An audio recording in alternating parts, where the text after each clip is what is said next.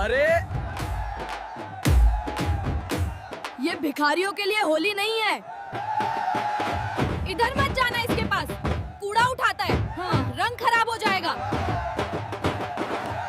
अरे इसे कौन बुलाया? जाना यहाँ से। पहले अपनी हालत देख ले। होली खेलने चला आया।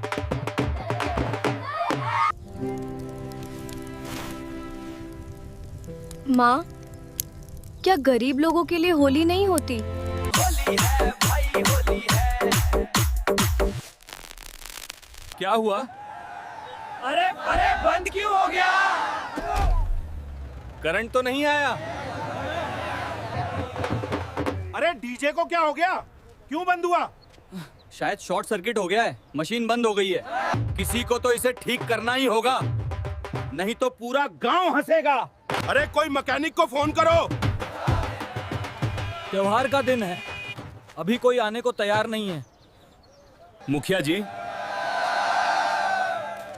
अगर आप इजाजत दें तो मैं डीजे को ठीक कर सकता हूँ। अरे फिर आ गया? अभी कम बेइज्जती हुई थी क्या? क्यों, डीजे ठीक करने आया है क्या? होली से 2 दिन पहले की बात थी। गांव के बाहर कूड़े के ढेर के पास आरव अपनी बोरी लेकर खड़ा था। लोग उसे बस कबाड़ी लड़का कहते थे, लेकिन उसके लिए यह जगह सिर्फ कूड़ा नहीं थी, यह उसकी रोजी थी। उसी ढेर में उसे एक पुराना रेडियो मिला। धूल से भरा एक कोना टूटा हुआ, तार बाहर लटक रहे थे। वह उसे हाथ में लेकर उलट पलट कर देखने लगा। पास खड़े 2 लड़के उसे देखकर हंस पड़े। उनमें से एक ने मजाक उड़ाते हुए कहा, अरे अरे अरे इसे क्यों उठा रहा है? बेचोगे तो 2 रुपए भी नहीं मिलेंगे। ये कबाड़ भी कबाड़ है, तेरे किसी काम का नहीं। आरव ने बिना जवाब दिए रेडियो को ध्यान से देखा, फिर बोरी में डालने के बजाय अलग रख लिया। घर पहुंचकर उसने उसे खोला, पुराने स्क्रू ढीले किए, तारों को सीधा किया, अंदर जमी धूल साफ की। माँ चूल्हे के पास बैठी उसे देख रही थी। कुछ देर बाद उन्होंने पूछा, ये सब क्यों कर रहा है बेटा? शायद चल जाए। इतनी टूटी चीज भला कैसे चलेगी? कोशिश करने में क्या जाता है। उसने पुरानी बैटरी जोड़ी। कुछ सेकंड सन्नाटा रहा, फिर रेडियो से हल्की खड़खड़ाहट सुनाई दी। थोड़ी देर बाद धीमी आवाज में गाना बजने लगा। माँ चौंक गई। उन्होंने आश्चर्य से पूछा, तुझे ये सब कहाँ से आता है? टूटी चीजें समझ में आ जाती हैं, बस ध्यान से देखना पड़ता है।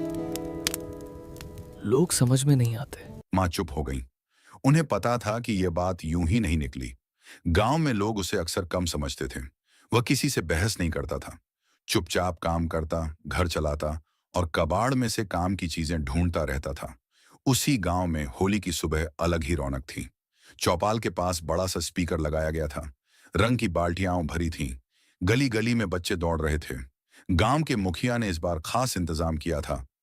पिकअप पर बड़ा डीजे सिस्टम लगाया गया था, जो पूरे गांव में घूमकर होली मनाने वाला था।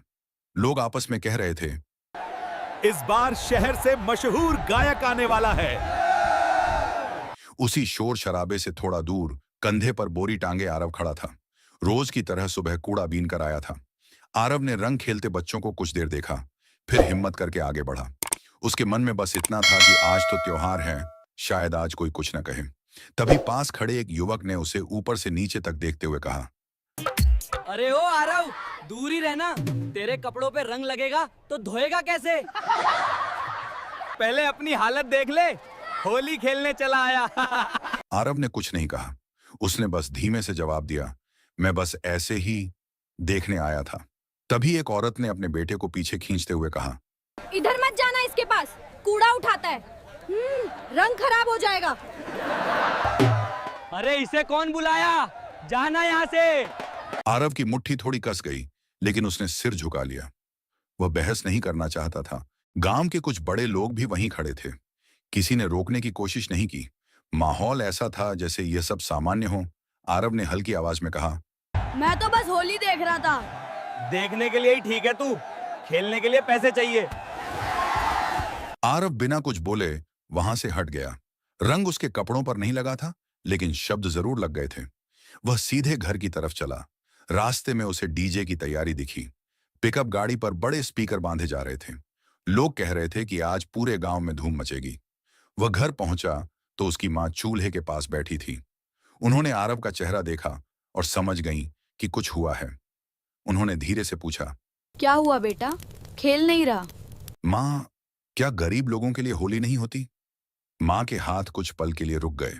बेटा, त्योहार सबके लिए होते हैं। फर्क बस इतना है कि कुछ लोग उसे बड़े ढंग से मनाते हैं और कुछ चुपचाप। दुनिया जल्दी पहचान नहीं देती, लेकिन अगर तेरे अंदर कुछ खास है तो एक दिन वही लोग तुझे बुलाएंगे। चौपाल के पास डीजे पूरी आवाज में बज रहा था। पिकअप पर लगे बड़े स्पीकर से गाने गूंज रहे थे और लोग रंग उड़ाते हुए नाच रहे थे। बच्चों के हाथ में पानी की पिचकारियां थीं और कुछ युवकों ने बाल्टियां भरकर सीधे स्पीकर की तरफ भी रंग फेंक दिया था। किसी ने ध्यान नहीं दिया कि नीचे बिछी तारें पूरी तरह भीग चुकी थीं। मुखिया भीड़ के बीच खड़े गर्व से सब देख रहे थे। उन्होंने पास खड़े आदमी से कहा, इस बार की होली याद रखी जाएगी। डीजे वाला लड़का मिक्सर के पास खड़ा गाना बदल रहा था। तभी अचानक स्पीकर से अजीब सी खड़खड़ाहट की आवाज आई। पहले किसी ने ध्यान नहीं दिया। लोग समझे कि शायद गाना बदल रहा है। कुछ सेकंड बाद एक तेज चिंगारी निकली। माइक अचानक बंद हो गया। स्पीकर से धुआं सा उठता दिखा। भीड़ में हलचल शुरू हो गई। डीजे वाले ने घबराकर सिस्टम की तरफ देखा और जल्दी जल्दी बटन दबाने लगा। उसने घबराए स्वर में कहा, पानी अंदर चला गया है। लोग पीछे हटने लगे। कुछ ने बच्चों को दूर खींच लिया। किसी ने चिल्लाकर कहा, तार में करंट आ गया तो मुसीबत हो जाएगी। मुखिया गुस्से में आगे बढ़े। उन्होंने डीजे वाले से पूछा, क्या हुआ? शायद शॉर्ट सर्किट हो गया है, मशीन बंद हो गई है। अगर अंदर का बोर्ड जल गया तो आज का कार्यक्रम खत्म समझिए।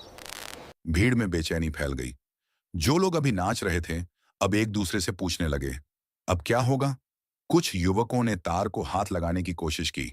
डीजे वाले ने तुरंत रोकते हुए कहा, बिना समझे मत छुओ, खतरनाक हो सकता है। आरव थोड़ी दूरी पर खड़ा सब देख रहा था।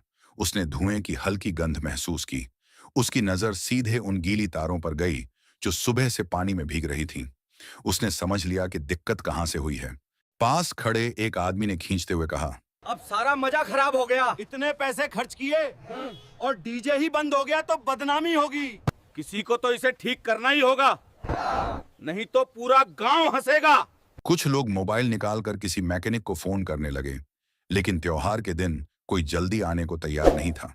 समय बीत रहा था और भीड़ का उत्साह धीरे धीरे निराशा में बदल रहा था। आरव ने एक बार फिर डीजे की तरफ देखा। उसके दिमाग में वही रेडियो घूम गया जिसे उसने 2 दिन पहले ठीक किया था।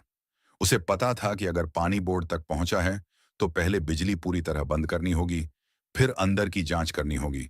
लेकिन सुबह की बातें उसे रोक रही थीं। वही लोग अब परेशान खड़े थे जिन्होंने उसे अभी कुछ घंटे पहले भगा दिया था। मुखिया गुस्से में आगे पीछे टहल रहे थे।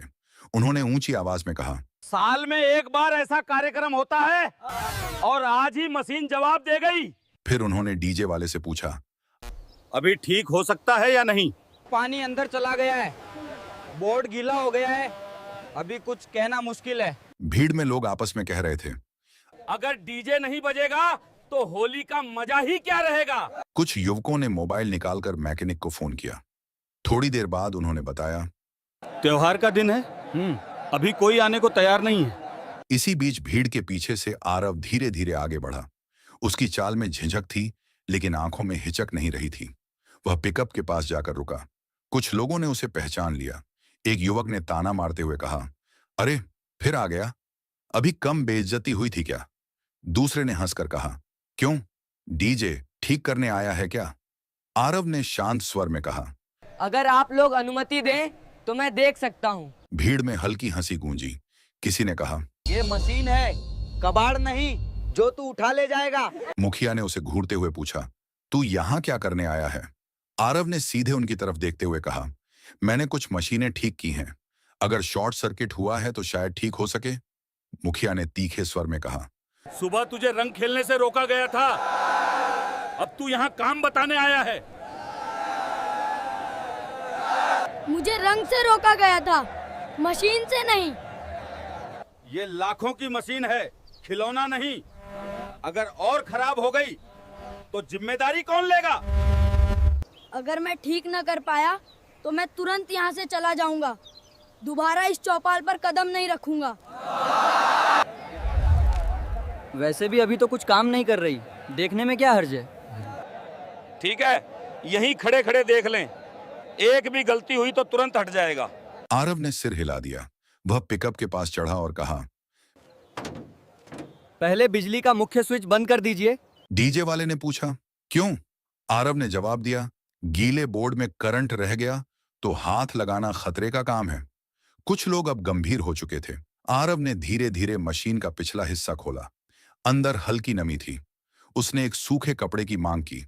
किसी ने अनमने ढंग से उसे पुराना तौलिया थमा दिया। वह सावधानी से अंदर के हिस्से पहुंचने लगा। तारों को अलग अलग करके देख रहा था। उसके चेहरे पर घबराहट नहीं थी, ध्यान था। मुखिया हाथ बांधे खड़े थे। उनके चेहरे पर अब गुस्से से ज्यादा इंतजार था। कुछ मिनट बीते। आरव ने डीजे वाले से कहा, अब स्विच ऑन करके देखिए। सबकी सांसें थम गईं। डीजे वाले ने धीरे से बटन दबाया। पहले हल्की खड़खड़ाहट हुई, फिर स्पीकर से अचानक तेज बीट गूंज उठी। चौपाल में जैसे बिजली दौड़ गई। भीड़ से एक साथ आवाज उठी, चल गया। मुखिया ने अनायास आगे बढ़कर मशीन की तरफ देखा। उनकी आंखों में आश्चर्य था। आरव नीचे उतर आया। जैसे ही स्पीकर से दोबारा गाना गूंजा, चौपाल का माहौल पल भर में बदल गया।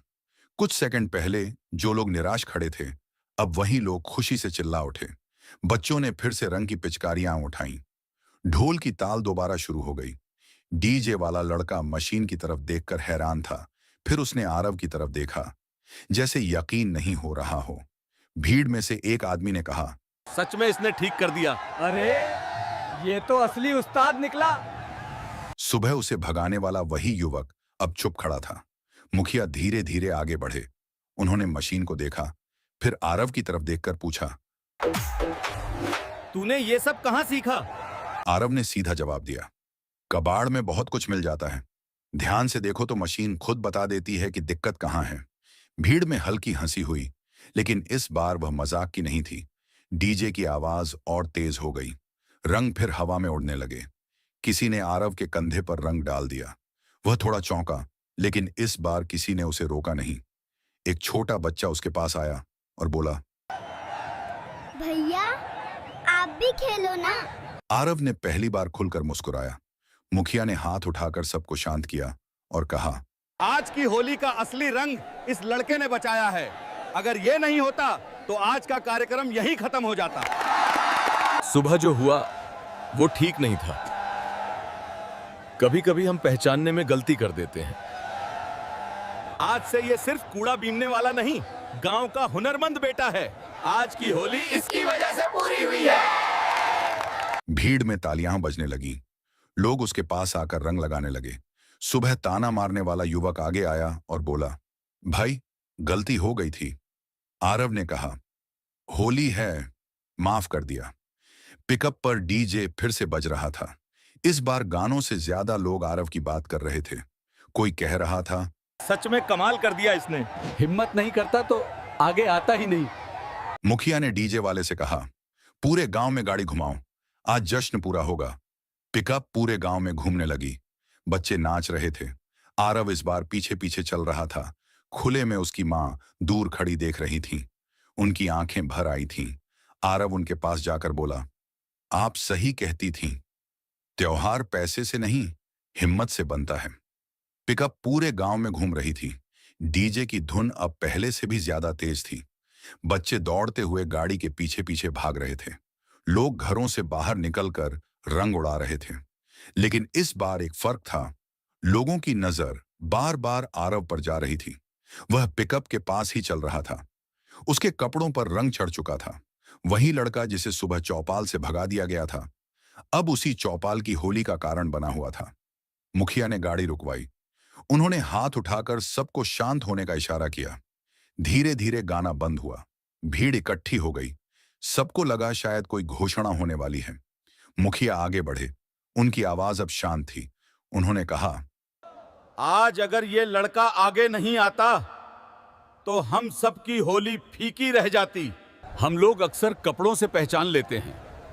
असली पहचान हुनर, और दिल से होती है। गलती हमसे हुई थी, हमने इसे सुबह खेलने नहीं दिया, लेकिन इसने शिकायत नहीं की, काम करके दिखाया। आरव ने आज हमरे गांव का नाम रोशन किया है, हमें उस पर गर्व है।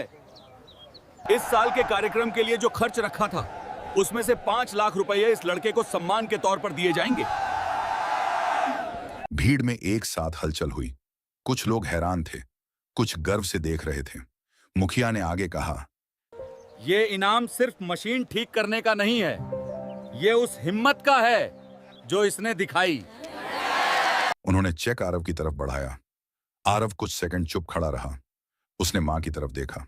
मां की आंखों से आंसू बह रहे थे, लेकिन चेहरे पर मुस्कान थी। आरव ने चेक लेते हुए कहा, मुझे इतने पैसों की आदत नहीं है, मैं बस इतना चाहता हूं कि अगली होली पर कोई भी बच्चा यह न सुने कि उसके लिए त्योहार नहीं है। भीड़ से तालियां गूंज उठीं। उसी वक्त किसी युवक ने मोबाइल से वीडियो रिकॉर्ड कर लिया। कुछ ही घंटों में वह वीडियो सोशल मीडिया पर फैल गया। लोगों ने लिखा कि जिसे सुबह भिखारी कहा गया, वही शाम को गांव का हीरो बन गया। शाम तक पूरा गांव बदल चुका था। वही चौपाल, वही पिकअप, वही डीजे। लेकिन लोगों की नजर अब मशीन पर नहीं, आरव पर थी। बच्चे उसके साथ नाच रहे थे। कुछ बुजुर्ग पास आकर उसका सिर सहला रहे थे। सुबह की हंसी अब शर्म में बदल चुकी थी। मुखिया ने फिर से माइक उठाया और कहा, आज हमने सीखा है कि इंसान को उसके कपड़ों से नहीं, उसके काम से पहचानना चाहिए। गांव की तरफ से आरव की पढ़ाई का पूरा खर्च उठाया जाएगा। भीड़ ने जोरदार तालियां बजाईं। आरव की मां आगे आईं। उन्होंने कुछ नहीं कहा, बस बेटे के कंधे पर हाथ रखा। उस स्पर्श में सालों की थकान भी थी और आज का गर्व भी। आरव ने धीरे से कहा, मैंने कुछ बड़ा नहीं किया, मशीन खराब थे, उसे ठीक कर दिया। लेकिन अगर किसी का दिल खराब हो जाए तो उसे ठीक करना ज्यादा मुश्किल होता है। ये सुनकर कई लोग चुप हो गए। उसी समय डीजे वाले ने मोबाइल पर एक वीडियो दिखाया। सुबह से लेकर मशीन ठीक होने तक का पूरा वीडियो किसी ने रिकॉर्ड कर लिया था। वीडियो तेजी से शेयर होने लगा। शाम होते होते शहर के बड़े पेजों पर भी वह क्लिप पहुंच गई। अगले दिन एक मशहूर टेक्निकल यूट्यूबर ने वह वीडियो शेयर किया और लिखा कि असली इंजीनियर डिग्री से नहीं, जज्बे से बनते हैं। आरव रात को घर लौटा। झोपड़ी वहीं थी, टीन की छत वहीं थी, लेकिन अंदर का माहौल बदल चुका था। मां ने पूछा, अब क्या करेगा इतने पैसों का? आरव ने कहा, पहले घर की छत ठीक करेंगे, फिर एक छोटी सी इलेक्ट्रॉनिक की दुकान खोलेंगे, और हाँ, अगली होली पर पूरे गांव के बच्चों के लिए रंग मैं खरीदूंगा। मां मुस्कुरा दी। उस रात गांव में रंग सूख गए, डीजे बंद हो गया, लोग अपने घर लौट गए। लेकिन एक बात सबके दिल में रह गई, जिस लड़के के पास होली खेलने के लिए रंग नहीं थे, उसी ने पूरे गांव को रंग दिया।